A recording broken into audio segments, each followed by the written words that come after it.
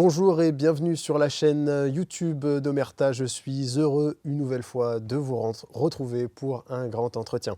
Alors avant toute chose, je vous avertis de la sortie de notre dernier magazine que voici, l'Ukraine, une guerre sans fin, notre hors-série numéro 2 que vous pourrez retrouver dans tous vos kiosques, mais également et en particulier sur notre site internet www.omertamedia.fr. Et pour ce grand entretien, j'ai le plaisir aujourd'hui d'accueillir Monsieur Antoine Dresse. Bonjour, merci Bonjour, pour l'invitation. bienvenue. Vous êtes essayiste et vous publiez dernièrement donc le réalisme politique, principes et présupposés aux éditions La Nouvelle Librairie. Dans la collection Longue Mémoire de l'Institut Iliade. Longue Mémoire de l'Institut Iliade. Bienvenue. Merci à vous pour l'invitation, c'est un Je vous plaisir. en prie. Alors avant de commencer notre entretien, j'aimerais que vous nous parliez un petit peu de la genèse de ce livre. Pourquoi avoir décidé, vous êtes jeune, décidé d'écrire donc sur la politique et d'écrire de cette manière finalement? Alors, effectivement, j'ai fait des études de philosophie, mais avant de faire ces études-là, j'ai découvert la philosophie tout à fait par hasard en tombant sur des vieux livres dans la bibliothèque de mon grand-père. Et le premier livre de philosophie sur lequel je suis tombé, c'est Le Prince de Machiavel. Ah oui. J'avais 15 ans, je pense, ou 16 ans tout au plus. Et je l'avais lu à l'époque et j'avais été extrêmement impressionné. Alors, je ne prétends pas avoir tout compris dès la première lecture, j'étais quand même assez jeune à l'époque, mais j'avais été très frappé par plusieurs choses dans ce livre, et en particulier par l'étonnante liberté d'esprit avec laquelle Machiavel, précisément, parlait de la politique concrète de son temps, sans le moindre a priori moral. Car on aura certainement l'occasion d'en reparler durant cet entretien. C'est une des choses sur lesquelles j'insiste beaucoup dans ce livre. L'approche de la politique aujourd'hui est grevée vraiment sur une vision morale des choses. Il y a une sorte de moraline, comme dirait Nietzsche. Arnold Gehlen disait que nous vivions une hyper-morale, c'est-à-dire une sorte d'hypertrophie de la morale. Morale humanitariste d'un côté, une morale hédoniste de l'autre, les deux conjointes. Ce qui fait qu'on aborde souvent la politique avec un prisme qui n'est pas directement politique, on en reviendra, là-dessus, idéologique. mais souvent idéologique et moral ou moralisateur. Or, Machiavel ne fait absolument pas ça. On lui a reproché d'être un cynique, d'être quelqu'un qui, au contraire, même vantait le vice. Alors ça, je serais contre cette interprétation, mais effectivement, le fait qu'il n'aborde pas la politique avec ce prisme moral, bien souvent, depuis l'époque de Machiavel, a provoqué toutes sortes d'accusations à son encontre. On disait que Machiavel, c'était vraiment le diable. Par exemple, je ne sais plus dans quelle pièce de Christopher Marlowe, qui était un contemporain de Shakespeare, je crois que c'est Le Juif de Malte, il commence, et en fait, Machiavel parle, et son nom, c'est Machiavel, celui qui fait le mal. Ouais. Il a vraiment eu cette réputation pendant très très longtemps. Et donc, cette lecture m'avait fortement impressionné. C'est une lecture que je refais assez régulièrement. Tous les 2 ans environ, je relis Le Prince de Machiavel depuis lors. J'y découvre toujours des choses nouvelles. Et eh bien, j'ai beaucoup d'influences philosophiques, politiques. J'ai une chaîne YouTube du nom de Egonon. J'ai oublié de le dire, mais vous avez une chaîne YouTube dans laquelle vous faites des émissions sur la philosophie des politique, personnages. C'est ça. Voilà, philosophique. C'est principalement axé sur la philosophie politique. Et donc j'aborde toutes sortes de traditions différentes, les contre-révolutionnaires, allant aux monarchistes ou la nouvelle droite française, Nietzsche, certains philosophes parfois un peu plus obscurs. Mais parmi les traditions intellectuelles qui m'ont beaucoup influencé, il y a cette tradition des penseurs de la théorie politique pure. Machiavel, Vilfredo Pareto, Thomas Hobbes, Carl Schmitt et Julien Freund, par exemple. Donc, voilà, vous m'interrogez sur la genèse de ce livre. Je dirais que la toute première raison, c'est d'abord une appétence intellectuelle qui me fait aller vers ce thème. Et c'est toujours mieux, je crois, d'écrire sur ce qu'on aime.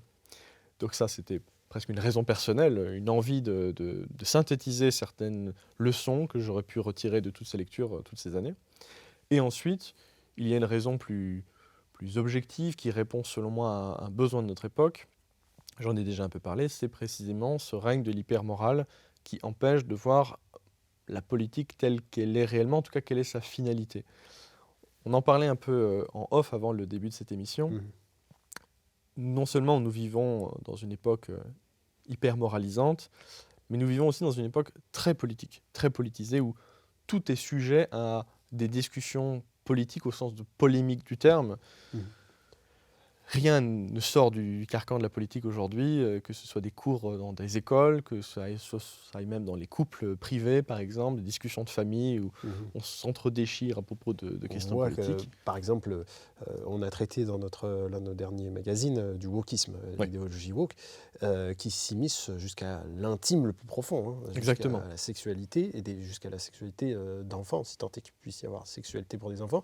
Donc on se rend bien compte que ce que vous dites est vérifié. C'est-à-dire que vraiment, on est arrivé dans une époque où jusqu'à la parcelle la plus intime de notre vie devient politique et sujette à débat, à moralité, bon ou mal.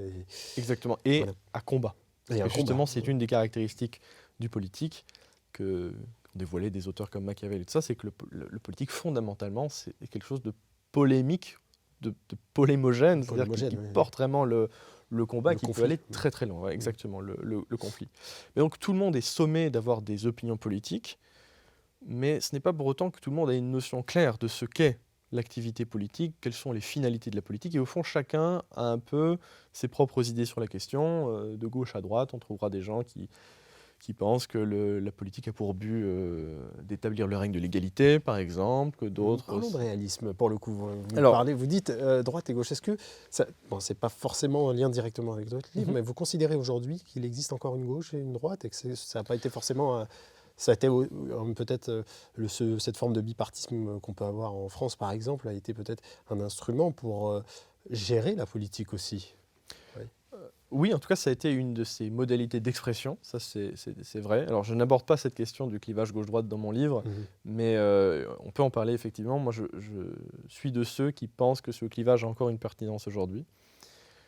Je sais qu'il est très tentant de vouloir le dépasser ou de se placer au-dessus. Moi-même, j'ai très longtemps eu cette tentation.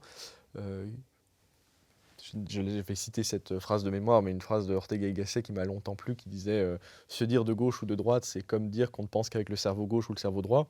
Au fond, on a tous envie de dépasser ce clivage un peu binaire et de se dire que non, ce qui nous importe, c'est la vérité, on est capable de voir ce qu'il y a d'intéressant même dans l'autre camp. Et par probité intellectuelle, il faut avoir cette démarche, effectivement. Néanmoins, je pense qu'il y a quand même certains invariants dans ce clivage. À mes yeux, la gauche repose d'abord et avant tout sur la volonté de faire régner l'égalité. Enfin, l'égalité est la valeur absolue de la gauche. C'est une valeur qui est considérée comme bonne en soi. Et la droite, très souvent, se définit tout simplement par la négative. La droite, c'est tout ce qui n'est pas la gauche, en fait. Alors on pourrait dire, si on veut lui donner un sens plus positif, que la droite défend l'ordre par rapport à l'égalité. Dans l'ordre, il y a l'idée de hiérarchie, tout ce que vous voulez. Mais la droite, au fond, est beaucoup plus divers. Alors, quel ordre ? Toutes sortes d'ordres possibles. On peut avoir un ordre monarchique, un ordre catholique, un ordre, je ne sais, que sais-je encore. Alors qu'on parle toujours de gauche plurielle, mais fondamentalement, il y a quelque chose de plus uni. Qu'on soit de gauche anarchiste, communiste, tout ce que vous voulez. Conservateur, finalement. Oui, conservateur, voilà. Tout à fait. Mais par exemple, Simone de Beauvoir disait, de manière un peu ironique, la vérité est une, c'est pourquoi la droite est plurielle. Forcément, donc en de son point de vue, effectivement. Oui, bien sûr. Alors, pour revenir sur ce que nous disions un peu plus tôt, donc chacun a un peu se donne ses propres définitions de ce qu'est la finalité du politique. Et donc on s'affronte beaucoup là-dessus. Et à ma modeste échelle, j'ai voulu apporter un peu de clarification sur ce qu'on peut entendre derrière ce terme de politique. Et c'est pour ça que je me suis tourné vers cette tradition réaliste, cette tradition du réalisme politique. Alors, il faut encore une fois définir les termes. Hein. Toujours. Toute discussion doit commencer par de bonnes distinctions de concepts. Définir les... réalisme politique. Alors, ce terme de réalisme peut être sujet à discussion, effectivement. Tout simplement déjà parce qu'il y a plusieurs courants dans l'histoire de la philosophie qui s'appellent réalisme. Il y a le réalisme aristotélicien, par exemple, qui concerne plutôt le domaine de la philosophie de la connaissance par rapport à l'idéalisme. Il y a le réalisme en esthétique, le réalisme balzacien, qui consiste à décrire minutieusement la réalité. La chair La chair, exactement, des personnages, leurs conditions sociales et tout ce que vous voulez. Il n'est pas question de cela, effectivement, dans mon livre. Le réalisme politique, au fond, pour dire les choses très clairement, très simplement, c'est cette attitude qui part du principe que la politique constitue une réalité autonome en elle-même et qui n'est pas subsumable dans d'autres catégories, morales, économiques, tout ce que vous voulez. C'est que la politique a sa propre consistance, a sa propre substance. Et donc, les penseurs réalistes au sens politique du terme veulent en éclairer les règles.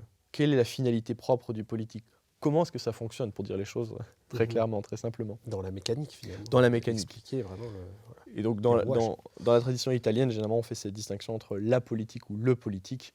La politique, au fond, c'est l'application quotidienne du jeu politique, tout simplement, avec les élections, par exemple, à notre époque. Et le politique, c'est vraiment cette substance intemporelle qu'on retrouve tout le temps, dans toutes les configurations sociales. Et Julien Freud disait il peut y avoir des révolutions politiques, mais il n'y a pas de révolution dans le politique. Parce qu'au fond, sur ces 2 derniers millénaires, il y a des invariants. C'est-à-dire que toute communauté s'organise, et du simple fait qu'elle s'organise, elle devient hiérarchique. Du fait qu'elle est hiérarchique, elle doit gérer des conflits intérieurs et extérieurs. Et de cela, eh bien, naît la politique. Et on va y venir, on va en parler d'ailleurs avec une notion, cette dialectique obéir, autorité, obéissance avec Thomas Hobbes. Mais avant ça, j'aimerais vous demander le pourquoi de ces 3 personnages. Vous disiez un petit peu Machiavel qui vous a marqué un peu plus tôt dans votre vie, mais ensuite ça s'enchaîne avec Thomas Hobbes et ensuite Carl Schmitt. Pourquoi donc ces 3 personnages en particulier? Au fond, j'aurais pu en choisir d'autres, bien entendu. Alors tout d'abord, il fallait que je fasse un choix parce que c'est une collection qui format l'obligeait. Le format l'obligeait, c'est une collection qui a vocation à être une sorte de que sais-je, donc un ouvrage synthétique qui permet vraiment au lecteur d'avoir les bonnes bases, les bonnes clés de compréhension. Néanmoins, ce choix n'est pas totalement arbitraire à mes yeux. J'ai choisi ces 3 personnages, j'ai articulé le livre autour de 3 grands chapitres, chacun consacré à une grande figure de cette tradition, donc Machiavel, Thomas Hobbes, Carl Schmitt, comme vous l'avez dit, parce que chacun, à mon sens, a vraiment mis en exergue quelque chose qui n'avait pas été théorisé comme tel avant eux, et qui sont vraiment les bases sans lesquelles on ne peut pas comprendre en fait, le phénomène politique. Au fond, ce sont des vérités très simples. Mais c'est ça parfois le coup de génie, c'est de faire ressortir ce qu'on avait tous plus ou moins de façon inconsciente dans l'esprit et qui devient évident avec eux. Alors Machiavel, le prince, c'est vraiment le prince de Machiavel en particulier. Il y a les discours aussi sur la première décade de Tite-Live, mais le prince, c'est vraiment le livre qui a fait qui est une son immortalité. C'est une explication finalement de comment conserver le pouvoir dans cette Italie exactement. Voilà, en fait, morcelée. En fait, ce livre s'inscrit dans une tradition littéraire qui précède Machiavel et qui date même du Moyen-Âge, la Renaissance carolingienne, qu'on appelait le miroir des princes. Le miroir des princes, qu'est-ce que c'était? Bien, c'était le philosophe qui veut écrire un traité plutôt de morale, destiné au prince pour lui dire comment il doit se comporter pour être un bon roi. Donc, un tel philosophe écrit au roi, mais voilà, le bon roi doit se comporter ainsi. Généralement, il doit respecter les bons principes de la morale chrétienne, il doit être bon avec ses sujets, il doit être fort, ce genre de choses. Et Machiavel fait ceci, mais en renversant un peu la démarche. C'est-à-dire, il s'inscrit dans cette tradition, mais pour la retourner complètement. Pourquoi donc? Et c'est ça qui est très intéressant. C'est qu'en fait, Machiavel avait un but, un objectif très clair en tête. Machiavel était un Florentin, et il vivait dans l'Italie de l'époque, l'Italie de la Renaissance, qui était complètement morcelée, divisée, en proie à toutes des divisions intestines à n'en plus finir, mais aussi à la rapacité des puissances voisines, la France, l'Empire allemand, les Espagnols, et tout ce que vous voulez. Et Machiavel est un patriote avant l'heure, si vous voulez, et il rêve de chasser l'Italie des barbares, c'est son expression. Le dernier chapitre du Prince s'intitule ainsi. Et il rêve même d'une unification de l'Italie. Donc il est vraiment très en avance sur son temps. Oui. L'unification de l'Italie sera le 19e siècle. Et Machiavel comprend, en tout cas se dit, que ce n'est pas en donnant de bons conseils moraux abstraits au prince qu'on va faire quoi que ce soit. Il peut écrire à César Borgia ou à Laurent de Médicis Oui. soyez un bon prince, respectez les principes de la morale chrétienne. C'est pas ainsi qu'on va chasser les Français, les Espagnols de l'Italie ou qu'on va faire l'unité. C'est un homme de la pratique. C'est Machiavel. exactement. Il le dit, ce que je cherche, c'est la verita effettuale, la vérité effective. Effective. Et donc, il se met à observer. C'est vraiment un grand observateur. Ça n'a pas été un homme politique grandiose hors du commun. Au contraire, si on regarde sa vie, tout simplement, sa vie est un peu médiocre. Hein. Enfin, c'est un bon officier, un bon fonctionnaire pour la République de Florence, mais il n'y a rien d'extraordinaire. Mais c'était un très grand observateur. Et donc, il a vu comment est-ce que les princes de l'époque se comportaient. C'est ça qui a parfois choqué ses lecteurs à son époque et après. C'est qu'il va vous parler des méfaits de César Borgia sans les condamner, et donc on se dit il les approuve. Mais c'est plus subtil que ça. C'est-à-dire qu'il s'interroge vraiment à chaque fois qu'il observe ces princes. Il voit que César Borgia veut œuvrer vers une forme d'unification de l'Italie, et il se dit mais tiens, ça a marché. Il a réussi à mater cette ville de cette manière. C'est pas qu'en soi c'est une bonne chose, un crime reste un crime dans l'esprit de Machiavel. Mais il voit bien que l'approche morale n'est pas suffisante. Je vais faire un anachronisme, mais vous savez, la morale de Kant, par exemple, Oui. Kant parlait de la morale. La morale fonctionne par impératif catégorique. Il faut faire cela parce qu'il faut le faire. Et Kant était contre l'impératif hypothétique. Si je veux ceci, je fais cela. Mais en politique, c'est l'impératif hypothétique. Si vous voulez ce but, Machiavel ne va pas se prononcer si ce but est bon ou mauvais, mais si vous voulez ce but, il faut consentir à ce moyen. Et donc, le but de Machiavel est, d'une certaine manière, de dresser une sorte de liste de règles pour être le plus efficace et le plus efficient possible. Il est pour un mal nécessaire, parfois. Parfois, oui. Parfois, cela est nécessaire, tout en étant bien conscient. Et c'est ça le scandale, au fond, chez Machiavel, c'est que la finalité du politique peut être vraiment parfois opposée directement à la finalité de la morale. Et ça, c'est quand même une révolution dans la pensée qu'on n'est pas toujours prêt à accepter, y compris aujourd'hui. L'esprit humain a tendance à vouloir tout unifier derrière une seule et même catégorie, une sorte de monisme philosophique. Et Machiavel était un des premiers penseurs à voir qu'il y avait des conflits de valeurs dans tout être humain et dans toute société, et que ces valeurs n'étaient pas tout le temps conciliables. En tout cas, qu'il y avait toujours une tension entre elles. Parce qu'autrefois, c'est le cas dans la philosophie grecque, c'est le cas dans la philosophie médiévale, eh bien la politique, par exemple, était une branche de la morale. C'est-à-dire que la morale avait pour but d'enseigner à l'individu ce qu'est l'action bonne et mauvaise, et la politique, c'était la morale étendue à la société. Appliquer la morale à la société. À la société. Et le but du bon souverain, c'était, au fond, d'amener ses citoyens à la vertu. C'était ça l'idée chez Aristote, chez Thomas d'Aquin, alors en plus accru avec une dimension chrétienne des choses. Ce n'est pas au roi d'amener les citoyens au salut, mais il doit quand même les prédisposer, avec de bonnes lois qui ne vont pas contre la religion, par exemple.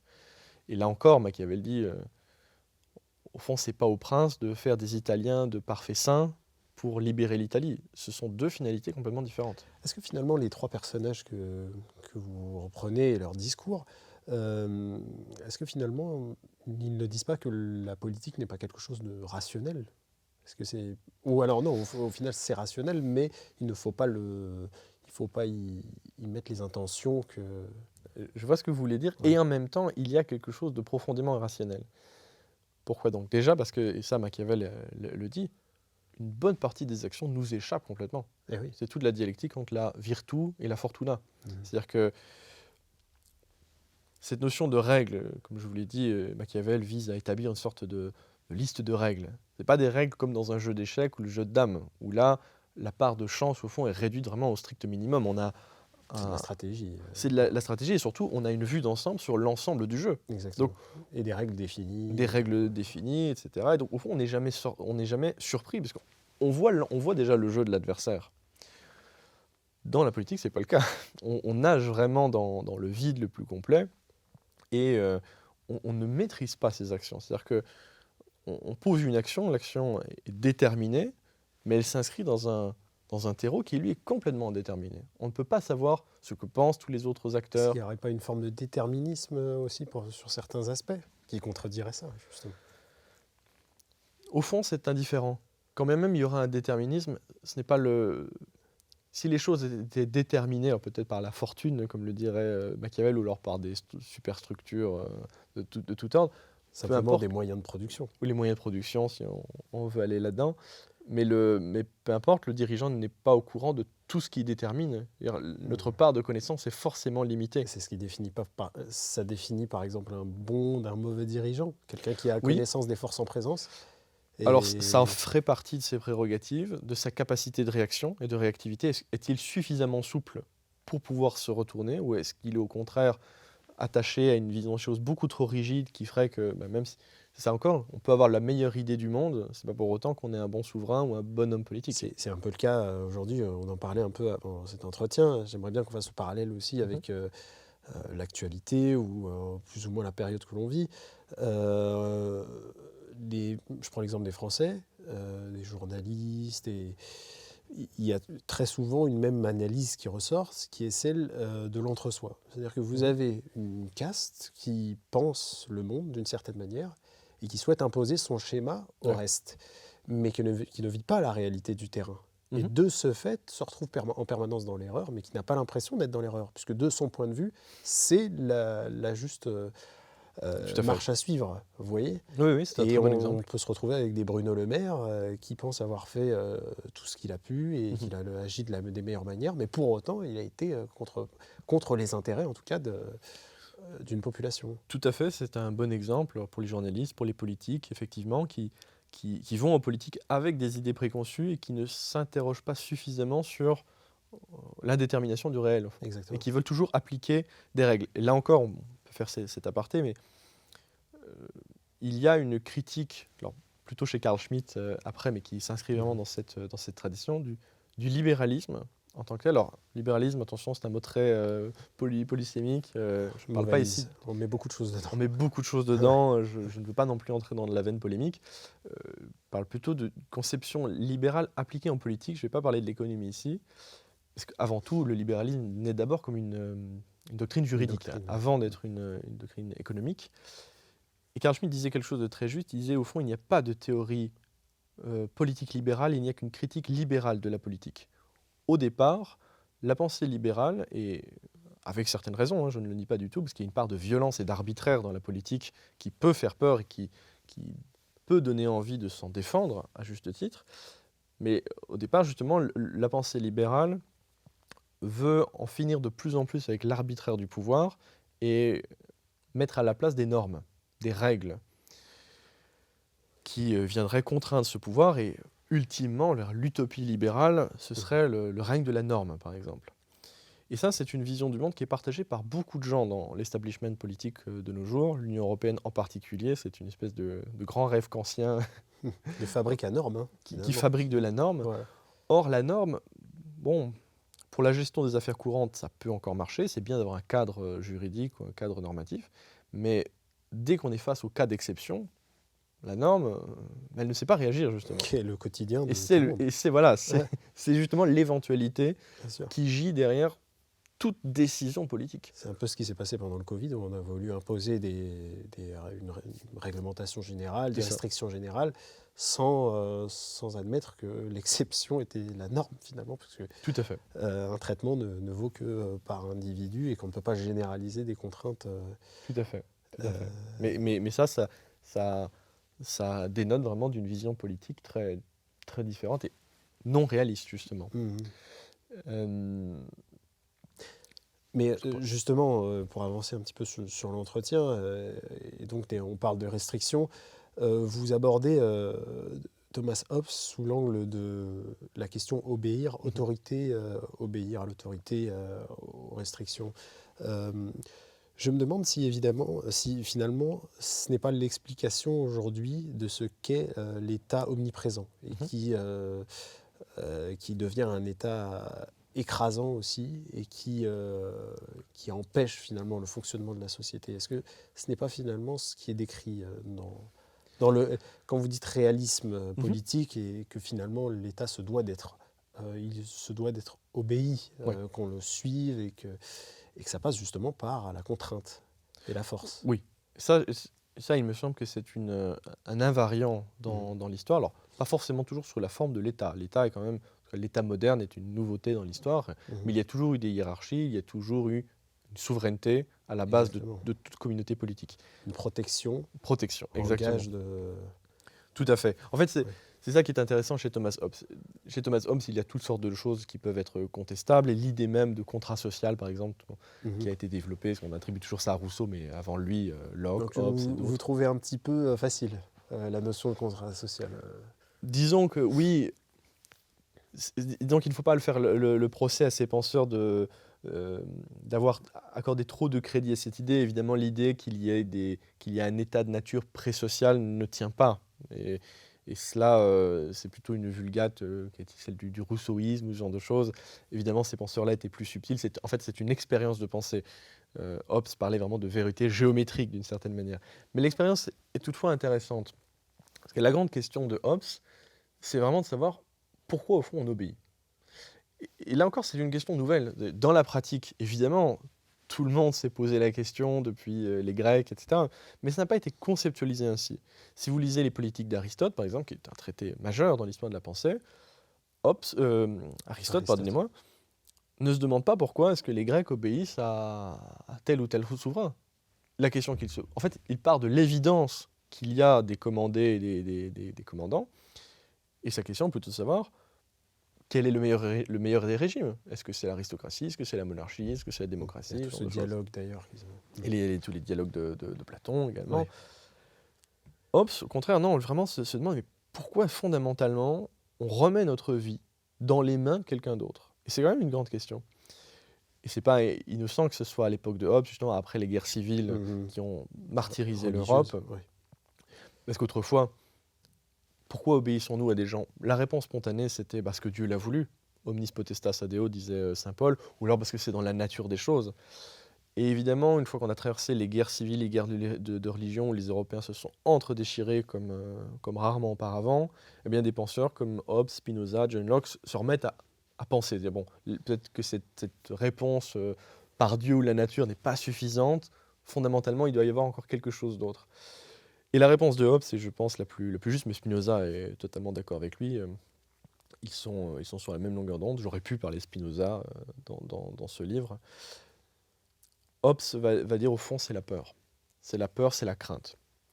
Parce que l'homme, s'il vit en dehors de la société, fondamentalement, rien ne le protège.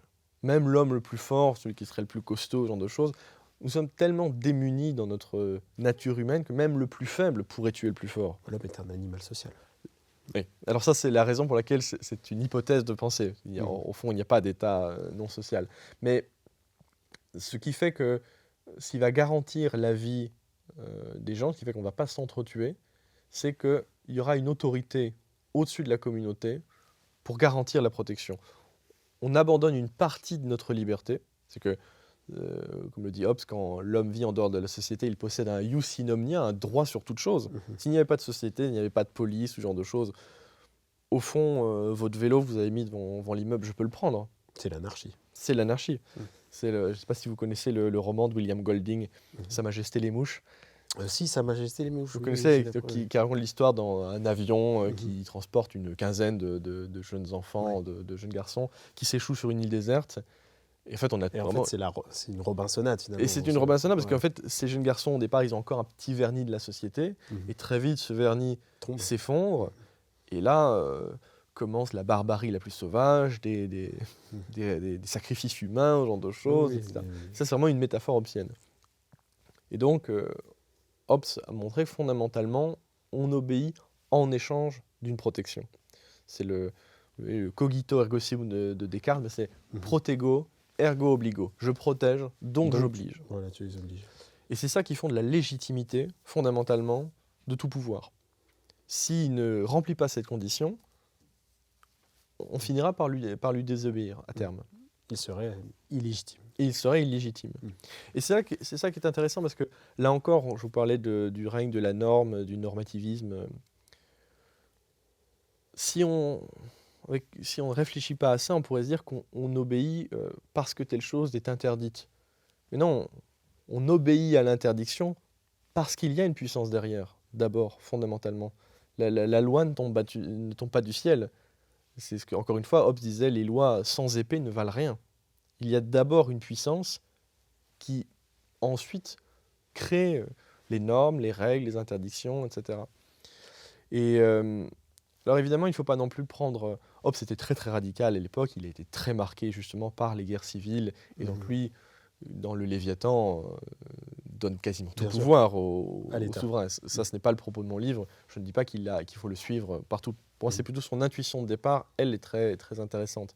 C'est-à-dire qu'effectivement,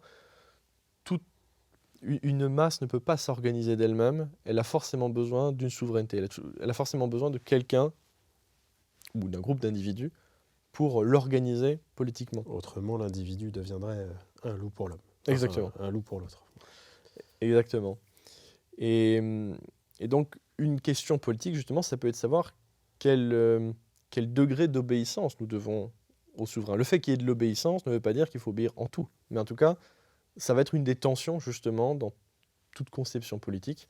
Jusqu'où doit s'arrêter notre obéissance? Et là, les auteurs peuvent diverger entre eux. Mais c'est quelque chose de vraiment fondamental. Et on peut y songer à plusieurs... Est-ce que finalement, aujourd'hui, je reprends encore l'exemple de la pandémie, est-ce qu'aujourd'hui, l'État n'a pas justement outrepassé la limite en termes d'obéissance où on a imposé à des gens, par exemple, des traitements qu'ils ne voulaient pas prendre d'une certaine manière? Est-ce qu'on arrive aujourd'hui à une limite de cet État? Limite ou ces vieux États européens, finalement. Justement, les citoyens ne donnent plus de limites, ne posent plus de limites à leur obéissance. Et ça, justement, je reviens à votre question de départ, est-ce que Hobbes ne décrivait pas notre situation? Je pense que Hobbes nous fournit le cadre conceptuel dans lequel on peut penser notre situation. Alors, je voudrais faire une aparté justement pour répondre à ce que vous disiez. J'ai dit qu'il y avait des finalités différentes entre la politique, la morale, etc.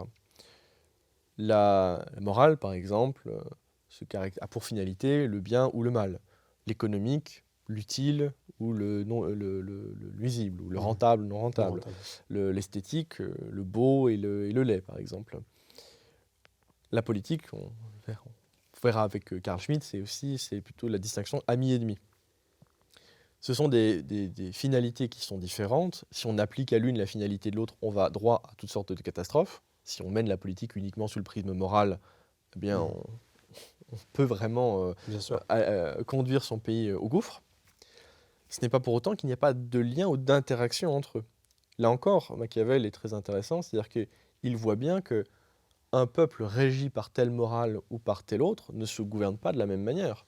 Un peuple qui possède une morale très forte, qui est éduqué de manière extrêmement virile, combattante, etc., eh bien, on peut demander de ce peuple d'autres choses qu'un peuple qui est au contraire totalement mou, dévirilisé, ou ce genre de choses. C'est là qu'il y a des dialectiques qui s'enclenchent entre ceux qui vont éduquer la religion, ce genre de choses, et les hommes politiques. Et dans le cas de l'obéissance, eh bien, à partir du moment où il y a une telle déperdition morale dans ce sens fondamental, eh bien oui, l'État peut aussi demander de plus en plus, parce que les gens sont de moins en moins capables aussi de s'occuper d'eux-mêmes. Vous pensez que les gens sont de plus en plus assistés? Oui. Fondamentalement, oui. En Belgique et en France? Oui. Oui, ça me paraît assez fort, oui. Et donc forcément, ça devrait donner, l'État de manière dialectique, à un moment donné, le contre-coup, vous voyez, que dans une situation où les gens sont de plus en plus assistés, à un moment donné, il y ait un retour, un peu à la manière des Gilets jaunes, retour j'ai envie de dire, des luttes de classe. Oui. L'idée qu'il y ait une lutte des classes n'est pas totalement... vous en dites un mot d'ailleurs dans votre livre. Oui. Mais on peut en parler justement, ce sera la troisième partie avec Carl Schmitt. Oui. Parce que je vous ai énoncé ces finalités du politique, ça c'était justement une des avancées de Carl Schmitt. Carl Schmitt s'est dit, mais fondamentalement, c'est quoi la finalité du politique? Pourquoi est-ce qu'il y a de la politique? Eh bien, il y en a parce qu'il y a des ennemis. C'est ça, fondamentalement, sa réponse. Parfois, on tord un peu son propos, on dit la politique, c'est l'art de désigner l'ennemi selon Carl Schmitt. C'est pas exactement ça. C'est plutôt le fait qu'il y a fondamentalement toujours des ennemis possibles qui fait qu'il y a de la politique. Carl Schmitt ne dit pas que le bonhomme politique doit être dans une attitude quasi paranoïaque et chercher des ennemis partout. C'est plutôt que du fait même que nous sommes organisés politiquement, que nous avons une collectivité, que nous avons donc des richesses aussi, que nous avons des choses à défendre, eh bien potentiellement, on peut vouloir nous les prendre et donc enclencher une lutte avec nous, et une lutte qui pourrait aller jusqu'à la mise à mort. Mais est-ce que finalement, je prends l'exemple de la géopolitique, est-ce que Mhm. un voisin n'est pas simplement un ennemi qui s'ignore? Enfin, c'est un potentiel ennemi. Je prends le cas de... Au sens géopolitique, au Voilà. voisin même dans le pays. Parce Oui. qu'au fond, même dans le pays aussi, simplement, c'est Oui, pacifié par l'État. Bien sûr. Mais dans les relations géopolitiques, quelle est l'instance supérieure Mhm. qui serait l'équivalent de l'État à l'intérieur de nos frontières? Il n'y en a pas. Mhm. Vers l'ONU, les Nations Unies, tous Bien ces sûr. machins, comme dirait De Gaulle, Machin, ouais. n'ont pas de force contraignante qui ferait que... L'Union européenne, c'est la principale force contraignante En Europe, aujourd'hui. Voilà. en Europe, mais pas dans le ouais. monde. Quelle entité vraiment du monde entier pourrait vraiment contraindre toutes les nations? C'est le rapport de force. Vous avez eu pendant un temps l'impérialisme américain. Je dis ça parce que ça a évolué aujourd'hui, où on se rend compte que, et c'est François Hollande qui nous le dit récemment, que finalement il fallait aujourd'hui quasiment déclarer une guerre économique aux États-Unis parce qu'eux avaient décidé justement de nous contraindre, Oui, oui. alors que le bloc occidental était constitué depuis la fin de la Seconde Guerre mondiale entre les États-Unis et l'Europe. On se rend compte que c'était pas vraiment le cas finalement. Donc il y a toujours une notion d'adversaire potentiel. Toujours. Ce sont des questions d'enjeu finalement. Tout à fait. Et surtout avec cette idée que il y a toujours une guerre possible, il y a toujours un conflit possible, et cette potentialité peut aller très très loin. Elle peut aller jusqu'à la guerre et la mise à mort, qui n'est pas uniquement par exemple la lutte économique ou un conflit privé vous avez avec votre voisin, vous ne l'aimez pas, vous n'allez pas forcément le tuer. Ça devient politique au moment où la lutte arrive à un niveau supérieur de violence, en fait.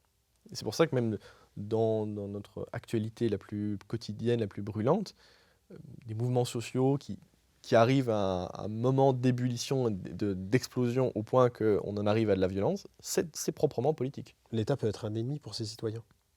Ça peut le devenir, oui, oui, tout à fait. Parce que ça aussi, ça fait partie des réflexions de Carl Schmitt. Carl Schmitt a analysé l'évolution de l'État moderne, ça c'est très intéressant. Et ça a été une des raisons d'ailleurs, je fais une petite aparté, pourquoi est-ce qu'il s'est mis à réfléchir sur vraiment le cadre conceptuel le plus pur de la politique. C'est qu'au fond, il réfléchit au début du XXe siècle.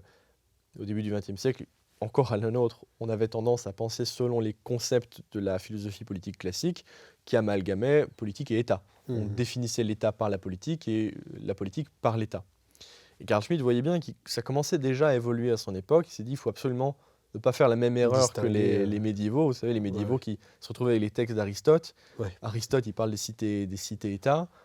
Bon, vous êtes un homme du Moyen-Âge vivant dans le royaume de France ou dans le Saint-Empire romain germanique. Les cités-États, ça ne veut pas dire grand-chose, mais ils étaient là à bricoler quelque chose avec les concepts d'Aristote. Et Carl Schmitt se dit qu'il faut absolument éviter cette même erreur. Il est vrai qu'à une époque, disait-il, au XVIIe siècle en particulier, au XVIIIe, l'État et la politique étaient devenus globalement la même chose, parce que l'État avait vraiment réussi ce miracle de posséder en lui-même toutes les prérogatives du politique, ce qui fait que c'était lui qui s'occupait de toutes les décisions polémiques, de combat. Dans les frontières intérieures, au fond, sa mission, c'était uniquement faire respecter l'ordre et la police. C'était après les guerres de religion, justement, on avait réussi à pacifier la situation. Et la politique, et pendant tout le 19e siècle, début du 20e siècle, pour beaucoup de gens, la politique, c'était uniquement la géopolitique. Enfin, ce qu'on appelle aujourd'hui la géopolitique. C'était la politique étrangère, politique extérieure. Et début du 20e siècle, Carl Schmitt voit bien que ça a changé. Maintenant, la politique, on le disait au début de notre entretien, maintenant, c'est des conflits sociaux, c'est la politique intérieure. C'est la politique intérieure qui prend même de plus en plus de place. Et ce faisant, l'État se disperse de plus en plus. Il n'est plus consacré uniquement à ses prérogatives régaliennes, il doit maintenant se dissoudre en fait dans toute la société. C'est ce que lui appelait l'état total. Et il précisait l'état total par faiblesse. Donc lui appelait à la fin un état total par force pour dépolitiser certaines contrebalancer, choses. ouais. C'est encore un autre débat, mais un État total par faiblesse, et je trouve que l'idée est assez forte, assez belle, c'est que l'État est de plus en plus prégnant et de plus en plus énorme, mais en même temps c'est une marque de faiblesse, c'est pas une marque de force. Parce que justement, en se dissolvant et en devant répondre à toutes les aspirations de la société, eh bien, il perd de son efficacité. Mhm. Il perd de son efficacité, et ça, c'est quelque chose qu'on voit encore aujourd'hui. Jusque dans l'économie, on voit en France qu'on Surtout a dans un l'économie, oui. État omniprésent qui ponctionne, on le disait juste avant Un État notre obèse, oui. entretien, voilà, et qui finalement devient une contrainte pour tous les agents, tous les éléments Oui. de la société. Alors, on a parlé donc à la fois de Machiavel, on a parlé de Thomas Hobbes et de Carl Schmitt. Finalement, est-ce que aujourd'hui, autant la société belge ou française, est-ce que nos politiques ont perdu pied avec le réalisme? Est-ce que, Globalement, oui. Je pense Ouais. qu'on peut vraiment le dire. Alors, ça dépend à quel niveau. C'est-à-dire que pour ce qui est de la simple lutte de pouvoir, je pense que machiavélienne au voilà, on sens, pourrait dire. parce que le plus prosaïque du terme, Voilà. non, ils n'ont pas perdu tout sens de réalisme. Ce sont des carriéristes. Ce sont des carriéristes, et je pense qu'ils sont suffisamment compétents pour éliminer leurs propres rivaux au sein de leur parti, ce genre de choses. Mhm. Et à ce niveau-là, en fait, tout homme politique qui arrive à un certain niveau de responsabilité est quand même, possède une forme de réalisme, sinon il n'en serait pas là. Mhm. Mais c'est vraiment le réalisme dans ce qu'il a de plus, de plus médiocre d'une certaine manière, puisqu'il s'arrête à la conservation du pouvoir pour lui-même. Machiavel, évidemment, s'intéressait à la manière dont on prenait le pouvoir, puis à la manière dont on le conservait, mais c'était quand même en vue de la défense de la collectivité, et ça pouvait être en vue de très grands projets. C'est pour ça qu'il ne faut pas toujours opposer le réalisme avec une forme de pragmatisme à court terme. C'est-à-dire que, au sens le plus commun du terme, Machiavel aussi est un idéaliste. Comme je l'ai dit, il rêvait d'une Italie unifiée, et c'est au nom de cet idéal qu'il s'est interrogé sur les La règles réalité, concrètes. Oui, bien sûr, le réalisme. Et est-ce que cette vision-là n'est pas un peu absente de la part chez nos hommes politiques aujourd'hui? Je le crains. Je pense que ce sont des gens qui ont une vue assez courte des choses. Mhm. Ça, c'est probablement dû aussi à une vision économique des choses. Alors, économique ne veut pas dire qu'ils sont bons en économie, et qu'ils font de bonnes choses pour l'économie, mais qu'ils raisonnent parfois selon les catégories de l'économie, qui sont l'utilité à courte vue, ce genre de choses, plutôt que selon les catégories politiques. Mais quelque chose d'autre qui me frappe, c'est tout le rapport à la politique extérieure, et notamment à l'adversité et aux ennemis. Bon, vous avez parlé de la guerre en Ukraine dans votre dernier numéro, mais ce n'est pas le seul cas qui me vient à l'esprit. Ça aussi, c'est quelque chose que Carl Schmitt avait montré, c'est que là encore, à partir du moment où on distingue politique et morale, on peut admettre qu'il y a toujours des ennemis, qu'il y a fondamentalement toujours un ennemi possible. Ce n'est pas pour autant qu'il faut moraliser ce rapport à l'ennemi. Or, aujourd'hui, c'est ce qu'on fait. C'est ce qu'on fait depuis un bon siècle au moins. En tout cas, Bien ça. sûr, on a besoin de se construire une psychologie de l'ennemi. Exactement, pour le diaboliser. Et c'est là que peut-être que les spectateurs, les auditeurs n'ont pas forcément compris à quel point c'est important de distinguer politique et morale, parce qu'après tout, on pourrait dire, mais quel est le problème? C'est bien d'être moral, donc oui, de défendre la démocratie. Défendre la démocratie, ce genre de choses. Les droits de l'homme. Le problème, quand on mélange politique et morale, c'est qu'à la fois, la morale peut parasiter le politique, au point que la politique n'atteint plus ses objectifs, qui sont ceux de la défense du peuple, et ça c'est très mauvais. Mais l'inverse est tout aussi vrai. C'est-à-dire que la politique peut se draper dans un discours moral pour faire une œuvre de rapacité et de destruction, pire encore. Parce que quand on a un ennemi que l'on part sous les traits du diable, du démon, mais on est justifié de faire absolument tout ce qu'on veut. Les pires destructions sont justifiées parce qu'en fond, quand on se bat pour l'humanité, notre ennemi il est placé hors humanité par définition. Le sujet du dernier livre de Régis Le Sommier, directeur de la rédaction d'Omerta, sur qui est le diable, Ouais. finalement, et de la manière dont, depuis la fin de la Seconde Guerre mondiale, par étapes. On s'est à chaque fois construit Tout à fait. des diables. Ça a pu être l'URSS pendant un temps. Ensuite, ça a été au Moyen-Orient Saddam Hussein. Plus Tout à tard, fait. bien plus tard Kadhafi. Ensuite, Bachar el-Assad. C'est-à-dire qu'on a toujours eu besoin de faire des constructions morales d'un Mhm. diable pour pouvoir justifier toutes les actions par la suite. Tout à fait. Au fond, c'est un mouvement Mm. qui commence déjà, je dirais, à partir de la Révolution française, les guerres de la Révolution, mais c'est tempéré par beaucoup de choses. Mais je vous donne un exemple. Napoléon est vaincu par les puissances Mhm. monarchiques d'Europe. D'Europe, oui. Il n'est pas mis à mort. Mhm. On l'envoie en exil ou ce genre de choses, mais on ne détruit pas la France. Enfin, les puissances au Congrès de Vienne ne détruisent pas la France de fond en comble pour punir la France d'avoir fait des guerres. Mhm. On réglait encore la paix et la guerre C'est une selon forme de réalisme. sous une forme de réalisme, totalement. Politique. Oui. Ben voilà, Napoléon était un ennemi, on l'a vaincu, et maintenant on recrée de nouvelles relations avec Est-ce la que ça a France. été le cas après la Première Guerre mondiale? Alors la Première Guerre Il mondiale, y a eu non une volonté déjà, d'humilier. tout à fait. Carl Schmitt avait vraiment vu un tournant justement avec la Première Guerre mondiale, avec le wilsonisme, notamment le président Wilson, et pas que, où ouais, les Allemands déjà en général avaient vécu cela, c'est-à-dire qu'il y avait les blocus de la part des Anglais qui ont conduit à toutes sortes de famines, notamment sur les populations. Mm. La Première Guerre mondiale a été une horreur absolue, dans le sens où c'était la guerre totale et les populations civiles elles-mêmes en ont pâti, alors qu'autrefois la guerre était quand même globalement réservée Mhm. aux soldats et aux militaires. Mais une fois que la Première Guerre mondiale s'est achevée, effectivement, il y a eu cette première humiliation, cette volonté de détruire l'Allemagne, et pas que l'Allemagne aussi, l'Empire austro-hongrois, l'Empire ottoman, etc., au nom de principes moraux. Hein, le droit des peuples à disposer d'eux-mêmes, etc., à faire régner la démocratie, Mhm. toute cette dimension wilsonienne qui a accompagné l'Amérique pendant très longtemps depuis lors. Il y aura peut-être des changements aujourd'hui, on assiste peut-être à un On tournant, évolue, on évolue.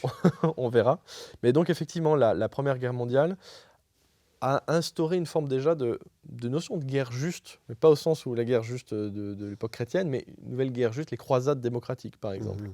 où il faut diaboliser l'adversaire pour être justifié de le détruire. Mhm. La Seconde Guerre mondiale, évidemment, C'était le a paroxysme. a entériné cette manière de penser. Ensuite, il y a eu tous les exemples que vous avez donnés. Mais ce qui m'a frappé, c'est que ça a un peu contaminé le reste du monde aussi. Et la Russie elle-même, quand elle a commencé la guerre, l'opération spéciale en Mhm. Ukraine, a eu besoin de recourir à cette même méthode, en nazifiant l'Ukraine. Ce sont des nazis, il faut faire une opération de dénazification. Mhm. La nazification de l'ennemi, c'est aussi le diaboliser selon... Il y a une sorte d'action mimétique de la part de Il y l'Occident. a aussi une forme de réalisme, puisque pour le coup, la politique russe n'observait que les enjeux et les intérêts russes avant tout. Oui, Et en même temps, il y avait une part de réalité, puisque de l'autre côté de la frontière, vous aviez aussi des bataillons qui étaient ouvertement, qui brandissaient des symboles bien sûr, mais il y a aussi des bataillons national-socialisme allemand. nazis en Russie, ce genre de choses. Ce n'est pas suffisant pour dire que l'Ukraine est un pays national-socialiste. En tout cas, il y avait Ça, un c'est de la adversaire, il fallait le décrire en tant que tel. Ce que je veux dire par là, c'est que c'était de la propagande de guerre. La propagande est là dans toute guerre, Ouais. mais la nazification, moi, ça m'a vraiment frappé de voir les deux camps s'en renvoyer la balle, vous voyez. C'est-à-dire qu'en Occident, on disait Poutine, Hitler, Putler, ce genre de choses. Ouais. Et je regardais les médias russes, parce que je suis aussi russophone, j'ai étudié un peu en Russie, et je voyais la même chose. En fait, c'est Hitler en Ukraine, l'Occident défend Hitler, tout ça. On se renvoyait la balle du démon.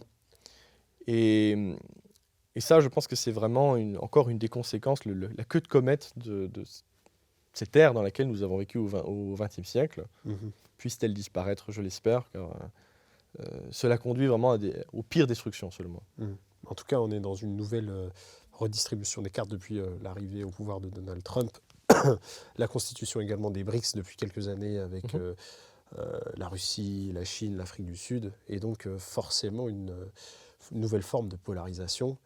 Et ce qui me frappe, c'est que l'Europe est le seul continent à ne pas comprendre cela. C'est-à-dire qu'elle reste dans des rêves kantiens, habermasiens, de règne de la norme, de rêves de solidarité ou de paix universelle, là où même l'Amérique, qui était le fer de lance de ce monde occidental, comprend et commence à changer. De paradigme. Ouais. Exactement. Et pour le moment, je ne vois pas encore de réveil européen à ce niveau-là. Oui, clairement, clairement. Il y a une volonté de s'enterrer quasiment dans ces Mhm. vieilles formes, ces manières de penser, quasiment, enfin, de l'idéologie pure Ouais. européenne, où les nations doivent se dissoudre, alors qu'on est dans justement un retour au premier plan des nations. Et, Oui, mais ce mouvement pourrait vraiment être double. Au fond, là encore, d'un point de vue du réalisme, que ce soit la constitution d'un grand bloc européen ou un retour à des nations européennes, au fond, c'est indifférent. On peut être pour ou contre, ouais. comprenez-moi bien. Mais on pourrait imaginer un bloc européen avec une fédération européenne qui serait mue selon des principes réalistes et qui se dit, ben voilà, nous sommes dans une époque d'État-civilisation. Ça devient de plus en plus théorisé en Chine, par exemple. Et effectivement, on a la Chine, l'Inde, qui sont des pays Millénaire. voilà, avec Ouais, des ouais. milliards. Ouais. Eux deux, ils font 3 milliards d'habitants. Et puis une histoire aussi. Ils ont une histoire qui liée, s'identifie à une civilisation. bien sûr. L'Amérique, qui déjà à elle seule est presque tout le continent. Et Mhm. on verra si c'est très sérieux, ces idées d'annexer le Canada et le Groenland. Mais si jamais c'était le cas, c'est encore une idée d'État-continent. Ouais. La Russie à la taille d'une petite planète, de Pluton en tout cas. Et l'Europe pourrait aussi constituer un bloc. Ce ne serait pas impensable. Mhm. Le problème, c'est qu'elle ne veut constituer ce bloc européen, encore une fois, que selon des rêves démocratisants, comme prodrome d'un État universel qui défendrait la paix entre tous les hommes. C'est Et ça. ce faisant, elle manque le politique. Mhm. Et elle manque l'histoire. Et elle manque l'histoire, tout à Voilà. fait. Antoine Dress, ce sera le mot de la fin. Très bien. Merci infiniment pour cet entretien, ce riche entretien, et pour ce livre, Le réalisme politique, disponible aux éditions de la Nouvelle Librairie. Dans la collection Longue dans la Mémoire collection de l'Institut Longue Iliade. Mémoire de l'Institut Iliade. Merci infiniment. Chers amis, spectateurs, abonnés de la chaîne YouTube d'Omerta, merci de nous avoir suivis une nouvelle fois pour ce grand entretien. Je vous rappelle la sortie de notre dernier hors-série numéro 2, la guerre, l'Ukraine, une guerre sans fin, que vous pouvez retrouver sur notre site internet www.omertamedia.fr. Et n'oubliez pas, pour nous soutenir, télécharger l'application Omerta. Et je vous dis à très bientôt.